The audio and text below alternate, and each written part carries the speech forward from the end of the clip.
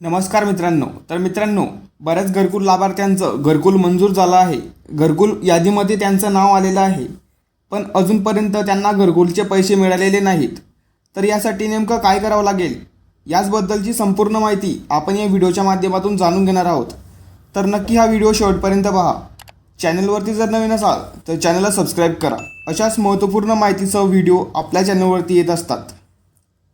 तर मित्रांनो, जर तुम्हाला घरकुल मंजूर झालेला असेल आणि घरकुल यादीमध्ये जर तुमचं नाव आलेलं असेल, पण अजूनपर्यंत घरकुलचा पहिला हप्ता म्हणजेच 15,000 रुपये जर तुम्हाला मिळाले नसतील तर काळजी करू नका।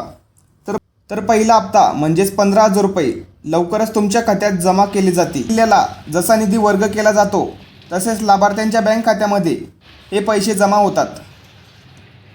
आता यासाठी आधी तुमचा FTO नंबर जनरेट होणं गरजेचं आहे। जर तुमचा FTO नंबर जनरेट झाला तरच घरकुलचे पैसे तुमच्या खात्यात वितरित केले जातात।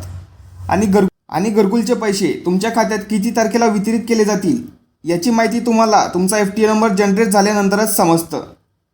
तर FTO नंबर म्हणजेच फंड ट्रान्सफर ऑर्डर नंबर। जर फंड ट्रान्सफर ऑर्डर नंबर तुम्हाला मिळालेला असेल म्हणजे जनरेट झालेला असेल तर तुमच्या खात्यात किती तारखेला पैसे जमा केले जातील हे तुम्हाला समजतं।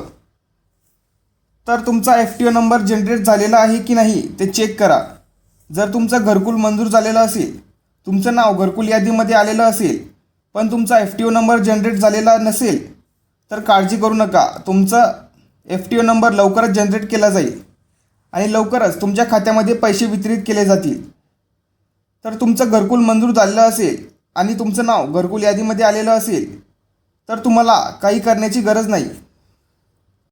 FTO नंबर जनरेट झाल्यानंतर तुमचे पैसे जमा केले जातील, तुमच्या खात्यामध्ये पैसे वितरित केले जातील। फक्त तुमचं बँक खातं हे DBTला लिंक असणं आवश्यक आहे। तर तुमच्या जिल्ह्याला निधी वितरित झाल्यानंतर तुम्ही जर घरकुल योजनेमध्ये पात्र असाल, तुमचं नाव जर घरकुल यादीमध्ये आलेलं असेल तर नक्की तुमच्या बँक खात्यात हे पैसे जमा होतील, काहीच करण्याची गरज नाही आहे।